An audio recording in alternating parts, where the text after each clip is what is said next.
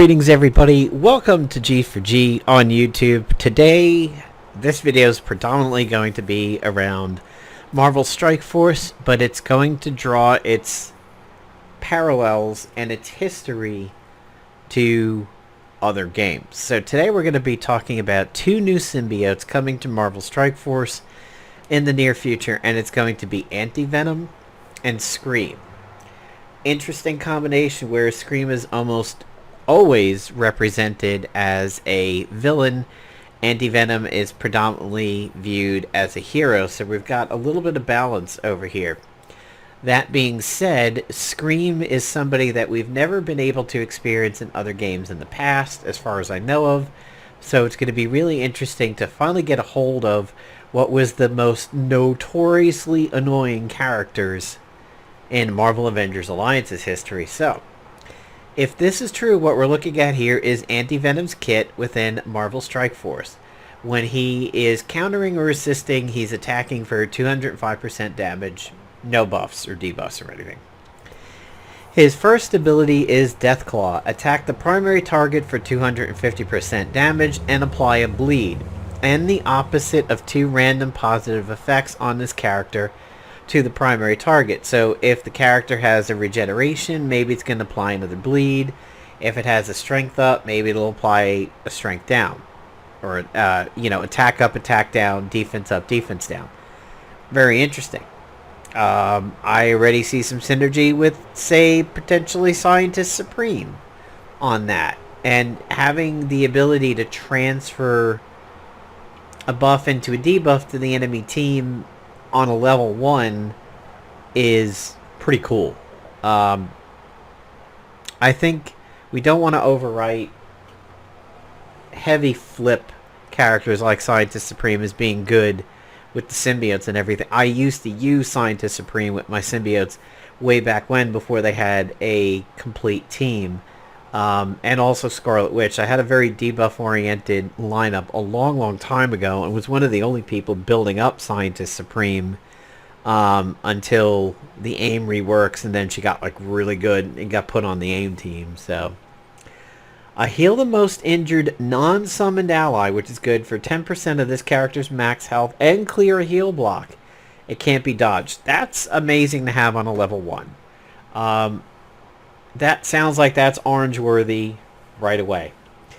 Antiseptic. Clear heal block on all allies. Apply immunity to all allies. Heal them for 20% of their max health.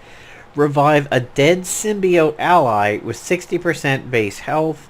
If there are no dead symbiote allies, gain 3 ability energy, which means that that's a somewhat spammable heal over there.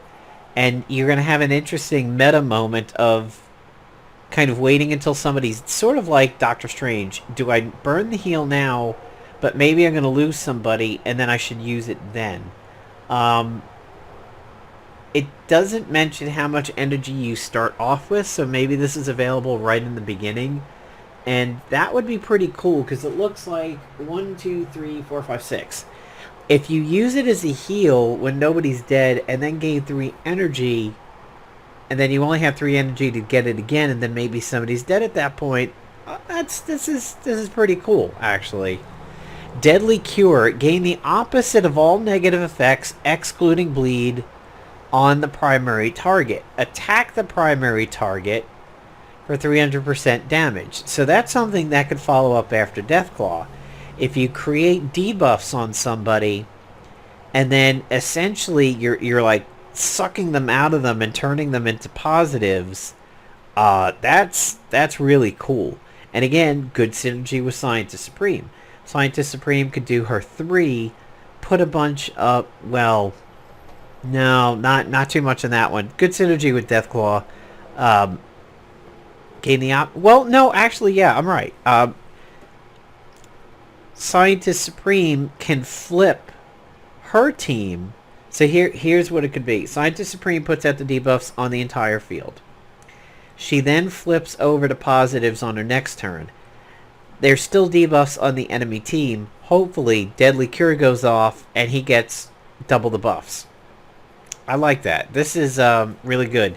Spread 2 random positive effects on self to non-symbiote allies. Spread all positive effects to symbiote allies. Attack the primary target for 300% damage, 100% drain, gain 2 regenerations. That's beastie.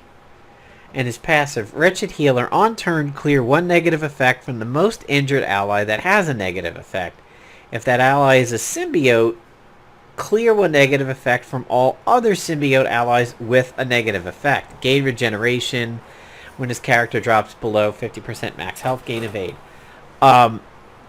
Really, really, really good support for symbiotes. I still think they need to make Venom a tank. Listen, rework Venom and make him the tank for symbiotes and Spider-Man groups and everything like that. We've got so much robustness now to it. That's really, really awesome. I like him. Anti-Venom is usually very good no matter where he shows up. Now for Scream, Villain City Biocontroller Symbiote, Hero City Bio Support, Spider-Verse, and Symbiote. So not Spider-Verse. And of course the villain. The basic Symbiote swipes. Attack a primary target for damage and apply a bleed. Clear a positive effect. Chain to 2 adjacent targets for damage. Apply a bleed. Clear a positive effect. This attack can chain to stealth. Counterattack breaks the chain. That actually isn't that good with Anti-Venom. Because if she's clearing positive effects, but he's trying to flip them, these two kind of work in a little bit of opposition to each other. Better to let Anti-Venom hit somebody you really are going after with his throbbing codpiece instead of Symbiote. Instead of Scream doing it here with her Symbiote swipes. Part 2 is Special Splitting Hairs. Attack the primary target for damage, clearing positive effects, apply an offense down. Chain to targets, clear the positive effects, apply the offense down. Can chain to stealth. Her ultimate, Hair Trigger. Attack the primary target for damage, apply slow for 2 turns, and disrupted for a turn. Attack adjacent targets, apply the slow, disrupted, reduce the speed bar. This attack cannot be blocked, but it can be dodged, and her passive, on the death of any character, heal all symbiote allies for a percentage of their health, and apply speed up to self and symbiote allies. If this character has 3 or more symbiote allies, so that is amazing for the rest of the team. However, you really could make a case that she should not be on a team with Anti-Venom. She keeps disrupted means, hey, you don't gain buffs. He's trying to flip these buffs and do things with them. She's just saying no. And she's saying no up here by removing them. And she's saying no up here by removing them. So she, in a way, screws up Anti-Venom. One of your first chances to merge Scream with your roster will be in the Parasitic Intentions event campaign. Assemble a top team with the limited time Metamorphosis trait to join Scream as she fulfills her end of an ominous pact with Doom, and gathering her alien siblings for Doom's army in exchange for his help to control her symbiote powers. For the complete list of characters using the Metamorphosis trait, filter your roster. Metamorphosis. I mean, look, everybody's going to be like, wow, Scream and these bleeds. Like, this sounds amazing. And in a vacuum, I think it is. But I think it also hurts Anti-Venom. If she's applying Disrupted, he is losing some of the things he could do. If she's sucking away positives, he's losing some of the things he could do. You'd have to have, like, a shield group or something. Somebody's putting out so many positives that she gets to feast on a couple things, but then he gets to feast too. Ideally, maybe you could get him a speed up so that he can do his things before she does. And honestly, the Disrupted's just going to be bad for him. However, you got to remember, when buffs are on a person, Disrupted doesn't take them away. It just prevents new ones. These two really do kind of fight each other. So what are their representations in games past? Well, here's Scream In Marvel Avengers Alliance, she was a tactician, which means she was strong against blasters, weak to infiltrators. 5-bar health, 4-bar stamina, just a 3-bar attack, although it felt way worse, 5 defense, 3 accuracy, 2 evasion. She was relentless, which meant she was unstunnable. Hyper-awareness, which means attacks against her couldn't be stealthy.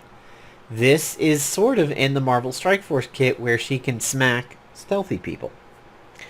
Breaking bonds. She's vulnerable to fire and sonic attacks. Symbiotic relationship. She gradually restores health during combat. That isn't mentioned here, other than this, with the passive.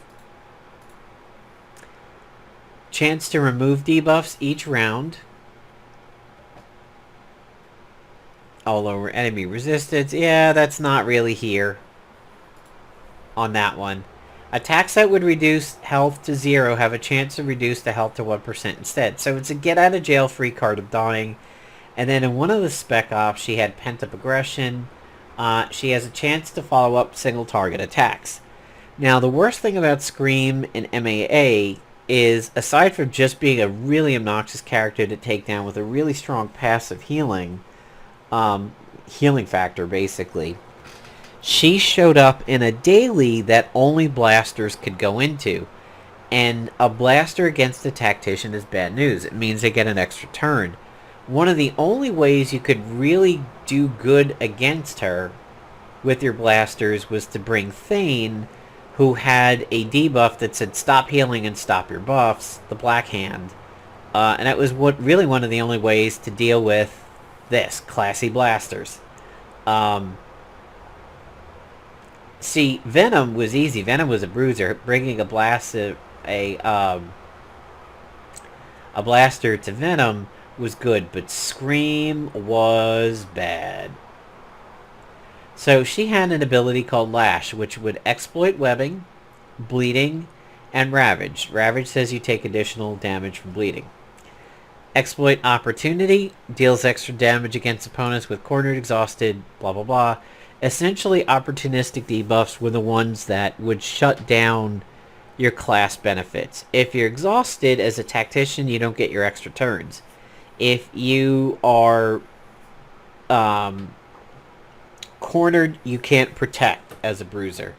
It was a stealthy attack. She caused off balance, and she could stun with that attack. She had Scream, which was catastrophic. It can't be protected against. It was stealthy. It did Intimidated, which is basically attack down in Strike Force terms.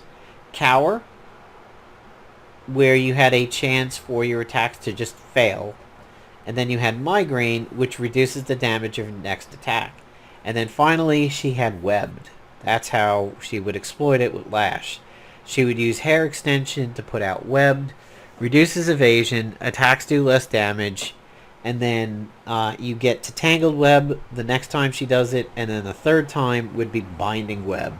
So essentially you would be webbed and stuck, like a stun. She was never playable in the game. Now, Anti-Venom and Marvel Avengers Alliance look like this. Here's his bio. As the original host of the Venom symbiote, Eddie Brock was one of Spider-Man's greatest enemies. That changed when the symbiote was forcefully removed. The leftover venom particles in his bloodstream were transformed, bonding to his white blood cells, becoming a symbiote unlike any before. Born again as Anti-Venom, he has all the strengths of a symbiote with none of the weaknesses, plus the ability to cure any disease or poison. As to whether or not Brock's hatred of Spider-Man has changed as well, that remains to be seen. Anti-Venom is a bit of an anti-hero, in the sense that sometimes he will go to great lengths to do what he thinks is a cure, even if it's not really a good thing. So we had Bloodletting, I Am the Cure, Crusade, and Cleansing Touch. Now, Anti-Venom was an absolute beast at the time that he came out in Marvel Avengers Alliance. He had a 4-bar health, very low stamina, very good attack for a bruiser, reasonable defense, and then shitty accuracy and evasion. Dark Force Symbiote. Attacks against symbiotes deal extra damage, so he was good against other symbiotes. Chance to restore health and stamina and remove a debuff each round. Attacks that would reduce health to 0. Instead, give him a get out of jail free card. He just goes to 1%. Getting too close. Chance to preemptively remove a single beneficial status effect when enemy attacks using a melee attack. Chance to remove a single beneficial status effect when attacking. So, what that says is if somebody was going to swing an Anti-Venom, before the swing even connects, he had a chance to remove one of their buffs, if it was a melee attack. And then he removes a single beneficial status effect when attacking. That's very, very similar to his flipping over here, but actually, it's closer to what Scream is doing. And Symbiogenesis, reduce the damage from most fire and sonic attacks by 50%, immune to bleeding, burning, poison, pyrophoric, and radiation. So, actually, he's buffed against fire and sonic compared to the other symbiotes. And I think in his patch notes, you will see he went through some big changes. Oh, they don't mention it here, but I am the Cleansing Touch changed. At one time, it was a purge. And it was one of the most interesting attacks in the game. But we'll get to that. So, Bloodletting. Increased damage from bleeding, and removing a buff. Bleeding, flipping a buff. So, fairly similar. Claw icon. Next is Crusade. I am the cure. All enemies get opportunists. They get webbed. They get depowered. So, in that case, it would be Scream's Disrupted.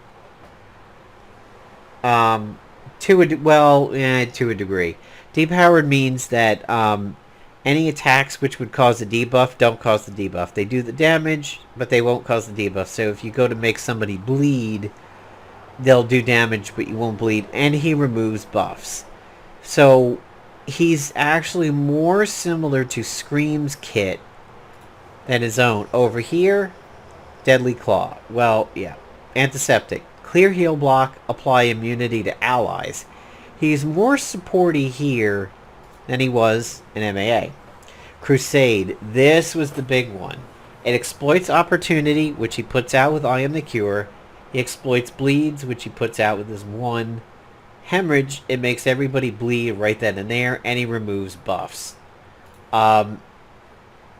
Sort of not really tied to anything in Marvel Strike Force there. It's just a huge, like 300% damage hit if it was Marvel Strike Force. This was incredible. If you paired him up with Pestilence Beast, which said most people can't remove their debuffs, Crusade just murders in damage when people have a lot of debuffs, especially bleeding and opportunistic ones. And then he had Cleansing Touch, which was the most unique thing in the game. It started cooldown, so it wasn't up in round 1, and it did this thing called Sterilize. Removes harmful and beneficial status effects from the target. So, sort of not really kind of tied to anything that he's got here. The buff removal's there, which makes him act a little bit like Scream, but then he did Purged. Now, Purged removes the effects from class bonuses. We don't have class bonuses in Strike Force. It's not like a blaster is better against a protector. Prevents the character from gaining the class benefits and deals damage when removed by status removal effects. So if somebody tries to clean this debuff off of themselves, they take a big burst of damage. Now, that is really, really interesting. Because if you put Cleansing Touch out on somebody and they try to heal it off, they take a really good amount of damage. This was an interesting mechanic that was in MAA, and it also applied to an ability called Doom. It was the same thing. If you tried to remove Doom forcibly by cleansing it off, you took a big burst of damage. And yeah, he was really, really good in Marvel Avengers Alliance. Here in Strike Force, this is what he looks like over here. Here's the skills passive. Symbiote Instinct. All speeds up. Ignores target dodge rate. Increases damage. Symbiote Scythe. Actually, I should kind of bump these up a little bit. I like him in Future Fight. The thing is, he's actually a uniform to Venom rather than being a separate character. Marvel Heroes did the same thing. Marvel Heroes made Anti-Venom a skin to Venom, which, yeah, you know, it is appropriate. Symbiote Scythe, straight damage. You have Tendril Spike. Recovers hit points. Cannot recover more than 0.5% hit point each time damage is dealt. Physical damage. So there's that symbiote healing.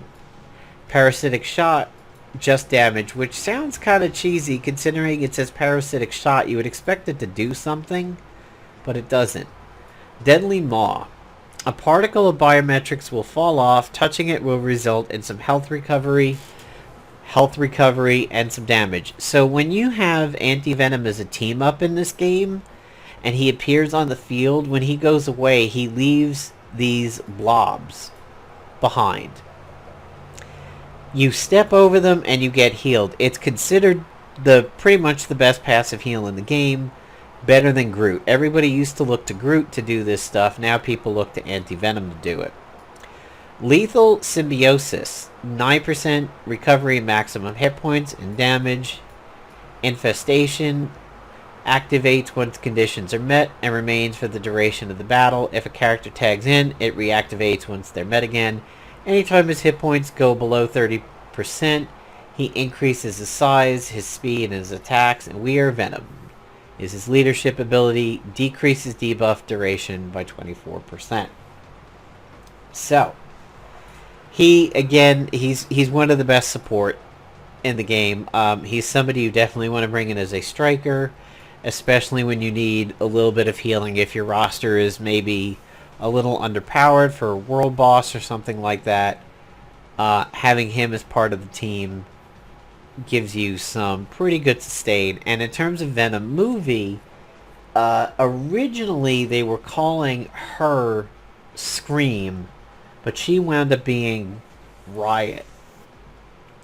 We know Carnage was Woody Harrelson at the end. Riot was the main bad guy. Phage was the one in the tube. Toxin was mentioned, and of course Venom. And then that's a weird Carnage. It's too big to be Carnage. Carnage is usually a bit thinner. Over in Marvel Avengers Alliance, of course, we did have we had Riot. And Riot was a version of Hybrid. So Hybrid is a hero, was a lockbox hero that we got around Christmas, the year after Doom. You had the original, which was just Hybrid. You had Agony, Lasher, Phage, and Riot. The kind of silver blue. That was a bruiser, a scrapper, a tactician, a infiltrator, and the original blaster. He was good.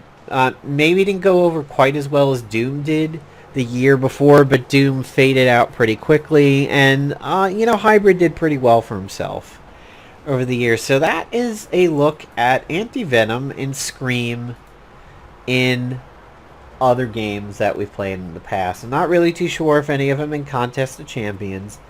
Marvel Heroes did have Venom. It did have Anti-Venom, and I think Anti-Venom was also maybe a pet at one point. Like a team-up is what they called it. I'm excited for it, but I don't necessarily know that it's such a good idea to have Scream around while having Anti-Venom around. I believe these two are actually going to kind of bicker to a degree over what happens with positive effects. The best thing possible is that these guys go up against a really, really big buff team Hydra, aim, shield, where she could do her thing and get rid of some positive effects, but then he could do his thing and flip them. I think Scientist Supreme would be really good for this. I think Scarlet Witch extending debuff time would be good for it. Clearly Venom spreading it would be good.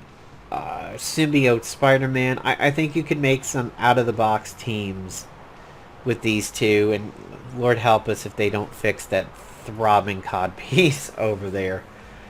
So yeah, that's Alien Amplifier that we're getting is Scream and Anti-Venom. What do you guys think? Are you excited for these two? And what has been your favorite representation of Anti-Venom in games past? I can't really ask that about Scream because we've never really played her. She tends to just be a villain bad guy. So, thanks a lot everybody. Have a good one.